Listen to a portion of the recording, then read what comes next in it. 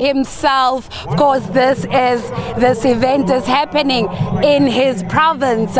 Premier, let's just talk about your government. How are you ensuring, or how are you making sure that you restore the cultures that we find in your province?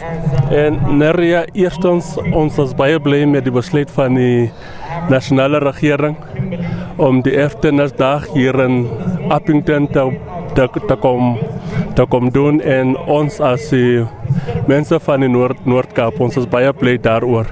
I just want to mention what Opa Falbos just mentioned now.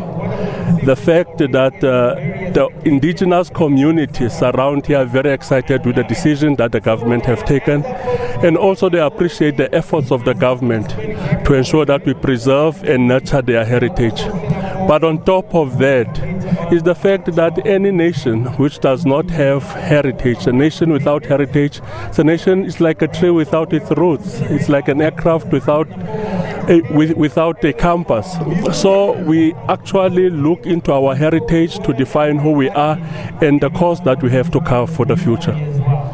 Thank you so much for that, Premier. Mare, I think this is where we can come in to say, what is the significance of having this day here in your province? No, we are quite happy as the Northern Cape to host this National Day. And we firmly believe that the Northern Cape, it's one of the provinces where you've got most of the indigenous communities here, and you've got lots of indigenous languages that we as government need to do much greater work to ensure that we preserve these languages for the future generations. And of course, we do know that the President will be opening the library here, yes, and we'll see a reading of indigenous languages. Tell us more about that. Yes, we are going to have Oma Esau there, who will be there also to read with us some of the indigenous languages, which we highly appreciate. And she will also give a book to the President, which is written in one of the indigenous languages here in the province, which is part and parcel of us celebrating the literary classics. And the book is written in indigenous languages with a bit of translations in English and Afrikaans that she was going to give to the President.